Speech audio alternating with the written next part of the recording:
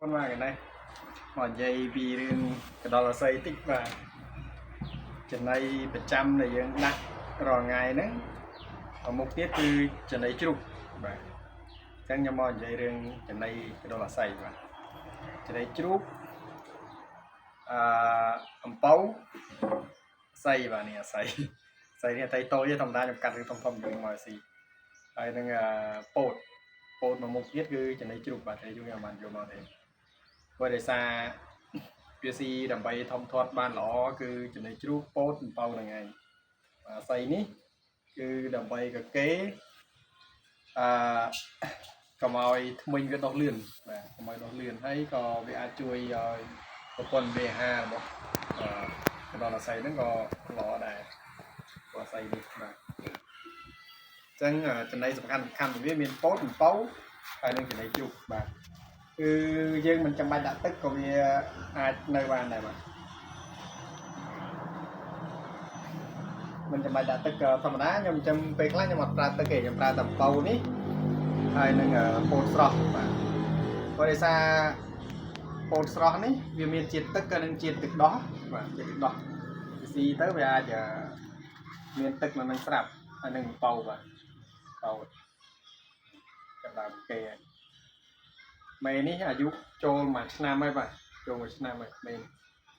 បាទហើយស្និតលេងតាំងពីតូចដល់តែបើយើងធ្វើឲ្យវា slow គឺ slow បាទតែបើយើងបដ ாய் វាកាចគឺយើងអត់លេងជុំវាយើងអត់លេងជុំវាតាំងពីតូចអត់សូវត្រឡប់ចាប់លេងវាអាហ្នឹងវាកាចបាទតែបើយើងចាប់លេងវារាល់ថ្ងៃពោលេងឲ្យលេងរាល់ថ្ងៃអញ្ចឹងគឺ slow បាទអត់កាចទេអត់កាចពេលនៅក្រៅតែនៅក្នុងអាងយើងលូបយើងមានវិធីចាប់វាបាទយើងអាចលូបវាចាប់វាแบบមិនបានទេព្រោះដោយសារវាអាចខំដៃយើងពេលខ្លះបែបផ្លែនេះមេនេះខំខ្ញុំមកចកោមនេះស្នាមនេះខ្លាញ់ខ្ញុំក៏បាទនេះខំខ្ញុំមកចកោក្លិនចង់ដើរចង់ទៅវិញហើយស៊ីពោតចឹងវា slow បាទយើងលេងទៅតូចយើងចាប់ពេលឧទាហរណ៍ថាយើងបែកពីមេមកយើងលេងវាព្យាយាមលេងវាពោលេងវាចាប់លេងវារាល់ថ្ងៃទៅ slow ហ្មងកាចទេនេះក៏ដល់ស្អីចិញ្ចឹមស្រួលតែយើងប្រើពេលវេលាយូរត្រមបានកូនវាមកនេះមួយឆ្នាំអត់តានកូនទេណានេះតែច្រឡំថាចិញ្ចឹមមួយខែពីរខែ3 4ខែបានកូនអត់ទេបាទយើងចិញ្ចឹមពីតូចគឺងាយបានកូនទេបាទហើយទៅរមបានប៉ុណ្ណឹងហ្នឹងមិនងាយទេ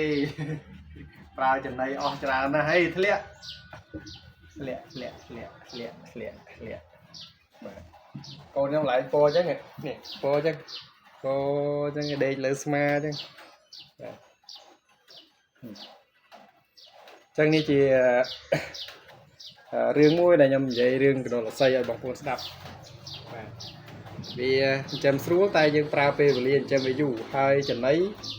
វារៀងចុះដែរពោតនេះរៀងតម្លៃក៏គួរសមដែរមួយថងវា10គីឡូតម្លៃ 20000 ជាងបាទបច្ចុប្បន្នណាបាទមានពេលខ្លះដល់ 30000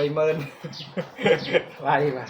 អញ្ចឹងអរគុណបងប្អូនបាទថ្ងៃនេះខ្ញុំមកនិយាយរឿងកណ្ដុររស័យស្ដាប់អញ្ចឹងបើបងប្អូនមានចម្ងល់អីពាក់ព័ន្ធនឹងការចិញ្ចឹមបាទឆ្ងល់អីអាចសួរនាំបានឲ្យពោនេះឲ្យពោយកទៅអាងវាវិញនេះឲ្យពោយកទៅអាងវិញនេះតោះចឹងទៅបាយបាយមួយសិនបាយបាយថតមួយ